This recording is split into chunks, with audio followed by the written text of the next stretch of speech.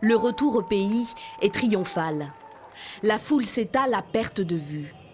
Étienne Tshisekedi a 83 ans. Il vient de passer près de 2 ans en Belgique pour se soigner. Il n'a plus la fougue de ses jeunes années, mais cet accueil spectaculaire prouve qu'il reste aux yeux des Kinois l'opposant ultime en RDC. Opposant, il ne l'a pas toujours été. Au début des années 1960, il entame sa carrière politique aux côtés de Joseph Désiré Mobutu. En 1965, il devient son ministre de l'Intérieur et au fil des ans s'affirme comme l'un des piliers du régime dictatorial qui sévit dans l'ex-Congo belge. Les relations entre les deux hommes se dégradent ensuite. 1980, c'est la rupture. Étienne Tshisekedi dénonce les dérives du pouvoir de Kinshasa. Il prend part à la fondation du parti, l'UDPS.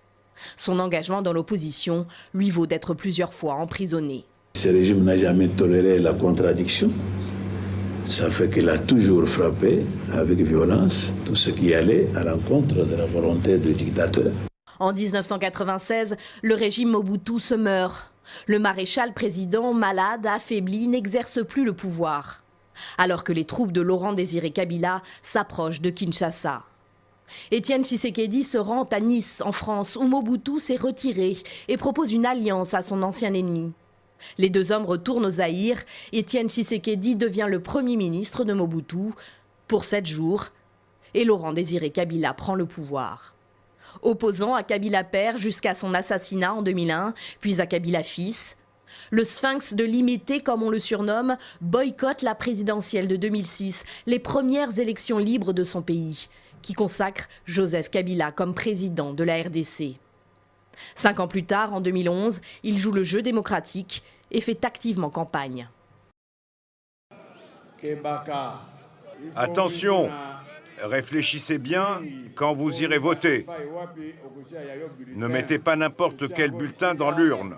Il faut suivre mes consignes si vous voulez que le changement arrive dans notre pays.